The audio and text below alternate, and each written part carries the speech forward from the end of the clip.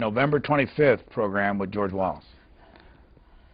Wallace ran as a racist. He was the last person to do it. 1968 and 72. And he would hold these press conferences. I was in high school, college, and he would say, you know, we got to get. I'm not talking about race. I'm talking about welfare chiselers. And then the cameras would go off, and he would turn to the print guys and wink at him and say, "You know who I mean."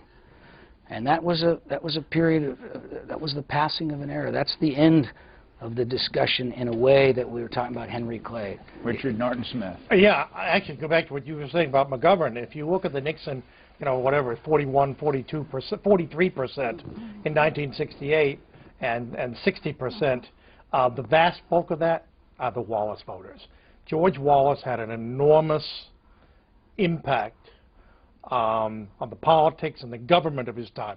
If you think of the Nixon Southern strategy, if you think of the Supreme Court nominees that Nixon wanted to put on, Nixon understood that for him to cement what people then talked about as an emerging Republican majority, it meant getting the Wallace vote, turning the South from solid Democratic to solid Republican, and here we are 40 years later. Gene Baker, my memory is 13% of the vote he got in 1968. What comes to mind when you think of George Wallace?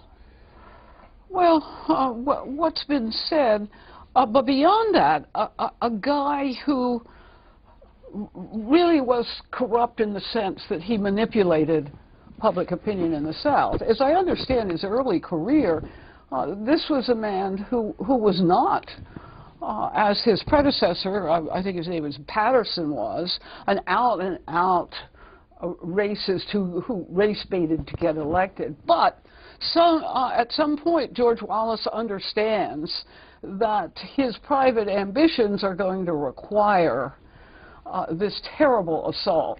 And so he begins this process whereby he sells out. The other thing that's interesting about George Wallace is he sort of floods in and out of the Democratic Party, and he runs with his, what is it, the American Independent Party? Is that the name of his party? He runs 4 times. Yes. People forget, first time against Lyndon Johnson, and he astonished it. The first time the term backlash was coined.